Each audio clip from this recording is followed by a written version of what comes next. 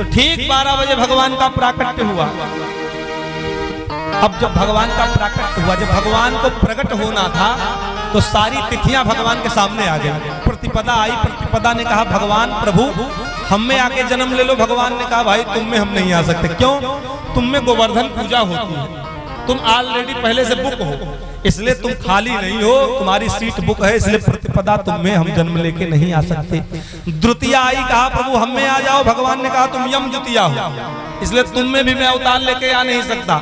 तृतीया आई, उसने कहा प्रभु हम में आ जाओ प्रकट हो करके। भगवान ने कहा तुम यम, तुम अक्षय तृतीया हो, इसलिए मैं तुम में भी अवतार लेकर के नहीं आ सकता। चतुर्थी आई, प्रभु हम में आ जाओ। भगवान ने कहा तुम बहुला चौथ हो, इसलिए हम तुम में भी नहीं आ सकते। पंचमी आई, प्रभु हम में आ जाओ। भगवान ने कहा तुम नाग पंचमी हो, तुम में भी नहीं आ सकता। षष्ठी आई, प्रभु हम में जन्म ले लो। भगवान ने कहा तुम हल षष्ठी हो, इसलिए तुम में भी प्रकट हो करके नहीं आ सकता। सप्तमी आई, प्रभु हम में आ जाओ। भगवान ने कहा तुम संतान सप्तमी हो, इसलिए हम तुम में भी नहीं आ सकते। अष्टमी एक किनारे रो रही थी। भगवान ने कहा बहन तुम रो क्यों रही हो? तो अष्टमी ने कहा जैसे सबको मना कर दिया वैसे हमको भी मना कर देंगे, इसलिए हम पहले से ही लाइन छोड़ करके बगल चले आए।